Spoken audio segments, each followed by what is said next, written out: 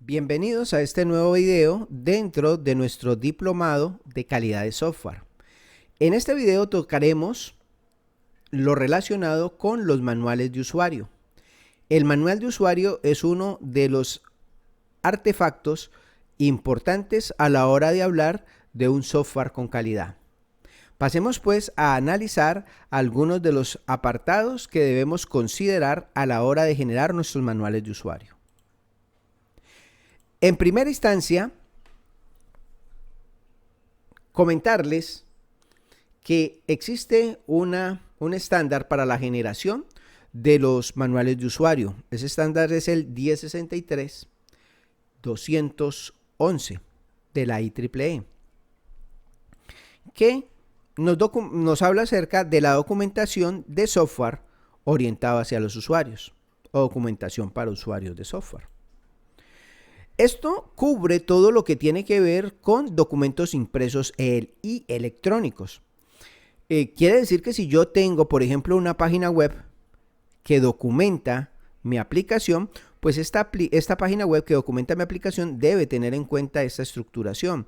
Si es un documento expreso, un manual impreso, debe tener esta documentación. Si es un documento digital, por ejemplo, en formato PDF, debe tener estas consideraciones, sin importar cuál sea el medio por el cual reproducimos los manuales. Debemos tener en cuenta esta reproducción. Y también es interesante ver que se validan estos medios. No tenemos que entregar un manual físico seguramente con nuestra aplicación. Podemos acompañar con unos archivos PDF que entregamos formalmente a nuestro cliente. O podremos, si se trata de una página web, tener las diferentes secciones de nuestra página web asociadas con la documentación del producto. Entonces es para que sea tenido en cuenta este aspecto a la hora de documentar nuestros desarrollos, nuestros productos de software. La estructura mínima que debe tener el documento es la siguiente. Primero, hay algunos manuales de usuario que, dependiendo de la complejidad del sistema, pueden requerir que nosotros tengamos uno o varios documentos, ya sea impresos o de manera electrónica. O sea, que no venga toda la información en un solo documento, sino que venga, por ejemplo, en volúmenes, volumen 1, volumen 2, volumen 3, de manera organizada. Lo más importante del manual de usuario es que yo pueda, como usuario, localizar y comprender el contenido de la información que éste realiza y que de alguna manera ese contenido sea comprensible, que yo lo pueda saber dónde ir a buscarlo y comprender la información que está en él reflejada. Hay que tener muy en cuenta que aquellas aplicaciones que son muy extensas, como lo hablábamos inicialmente, pueden ser, por ejemplo, aplicaciones multiusuario. Y en este momento, entonces, yo podría, si genero un solo documento, por ejemplo, generar un documento separado por secciones, donde vea yo o identifique claramente, por ejemplo, la sección de la administración, la sección del usuario con un rol A, la sección de un usuario con rol B. Por ejemplo, yo podría separar eso y dejar muy claras las separatas de las secciones para que el usuario sepa a qué lugar dirigirse. Eso es válido en este tipo de documentos, pero también podría, en ese caso, en lugar de hacer todo junto, realizar documentos por separado, uno orientado a cada uno de los tipos de usuario.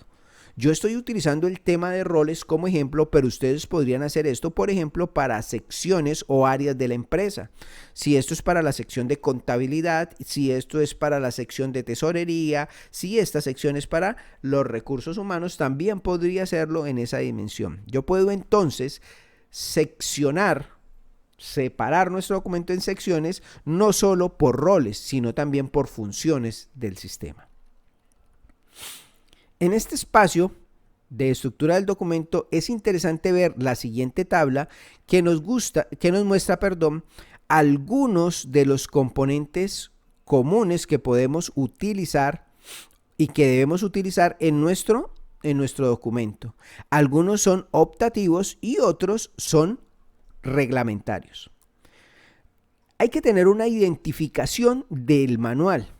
Más adelante hablaremos en detalle de qué se refiere esta identificación, pero a grosso modo es que sepamos qué software, qué módulo, qué parte del documento estamos presentando en este momento. Esa documentación que le estamos dando al usuario, a qué sección, a qué segmento del software hace parte y, aunque parezca increíble, a cuál es la plataforma, la aplicación que le está dando esta información, sobre qué plataforma, para ser más exactos.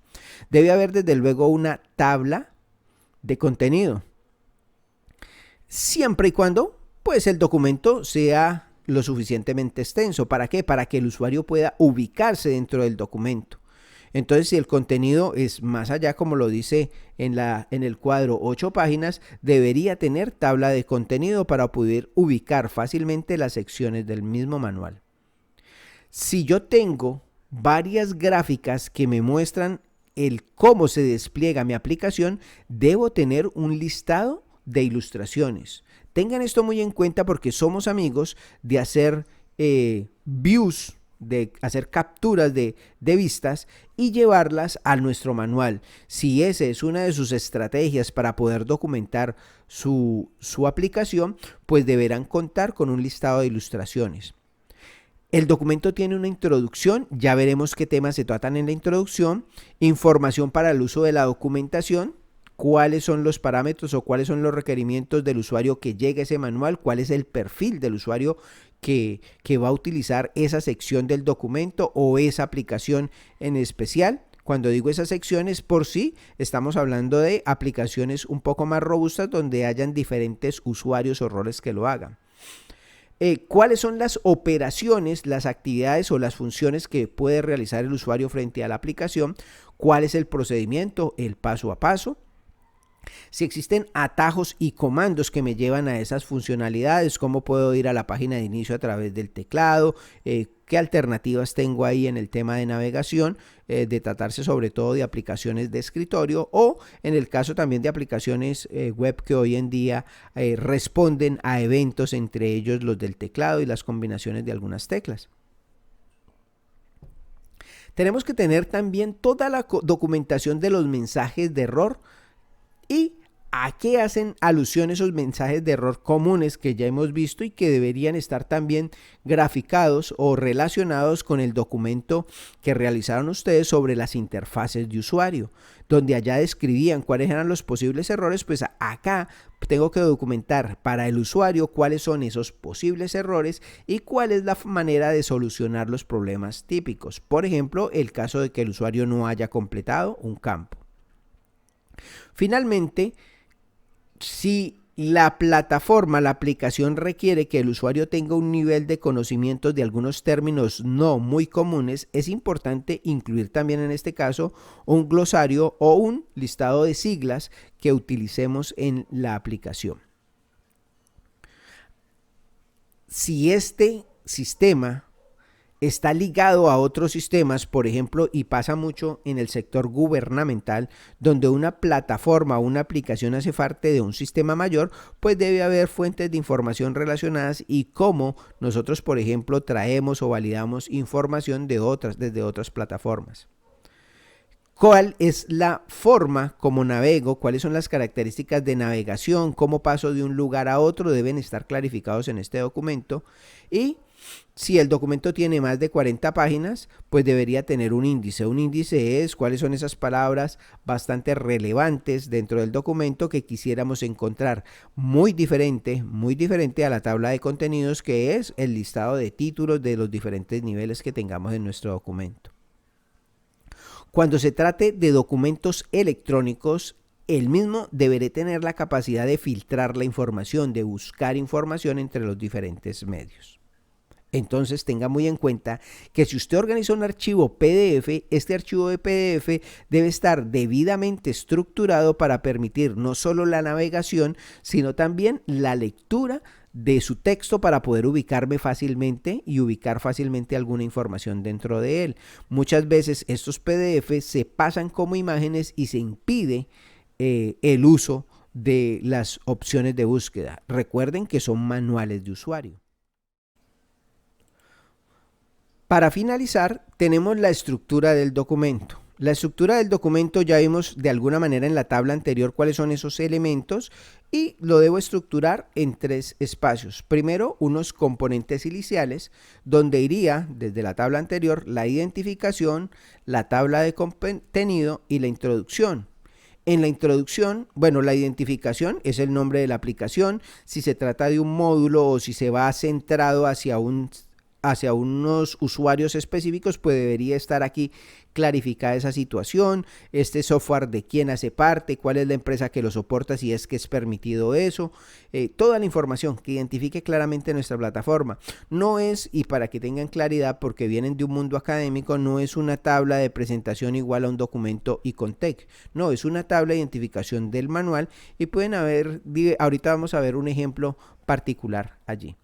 La tabla de contenido, ténganla muy en cuenta, que ya la discutimos bastante. En la introducción tenga en cuenta los siguientes elementos. ¿A quién va dirigido el documento? Cuando yo abro el manual, tengo que especificar cuál es el tipo de usuario, qué tipo de rol desempeña el usuario que va a leer este documento, de qué empresa, de qué institución, mucha información clarificando a quién va dirigido el documento, qué se puede buscar o qué se puede encontrar en este manual de usuario, de alguna manera un breve resumen de las funciones de lo que hace este sistema para que el usuario, leyendo la introducción, pueda descartar o tener claridad que este es el documento o el manual que él requiere para poder generar la información. Recuerde que, por ejemplo, en el caso de manuales segmentados, pues también va a permitirle al usuario saber si ese es el manual que él requeriría para poder hacer la información. Esto hace parte del primer componente, que son los componentes iniciales.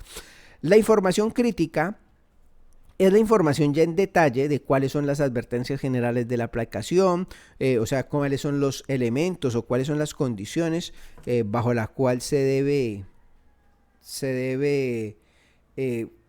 utilizar la aplicación. Cuáles son las precauciones que debe tener a la hora de utilizar o leer la aplicación. No sé si la información que haya restringida, que haya unos términos o unas condiciones de uso al interior de la organización. Entonces esta información debe quedar clara en este elemento. Para finalmente entrar ya al tema del documento en sí, que es la exactitud de la información, y donde yo preciso claramente cuáles son las funciones que componen este sistema, cómo se utilizan, cómo es la funcionalidad, cómo es la interacción con la plataforma, y aquí ya es como cuando se desprende, digamos, ya el detalle de la plataforma, de la aplicación, del software que estamos realizando, y finalmente los resultados, la versión del software a la que estamos haciendo la documentación. Recuerden que si cambio de versión, pues tendríamos que ajustar muchas cosas como lo son las interfaces de usuario y seguramente el manual, y por consiguiente, el manual de usuario. Cada vez que toque cualquier elemento de la plataforma, de la aplicación que estamos entregando, de nuestro producto software que estamos entregando al cliente, pues eso conllevará a que reajuste desde luego mis manuales y debe quedar clarificado ese manual a qué versión del software hace referencia. Eso es todo en cuanto a la información del estándar para la gestión de la documentación. En clase discutiremos y veremos un ejemplo específico de una empresa que saca su brochure para la generación de los manuales de usuario.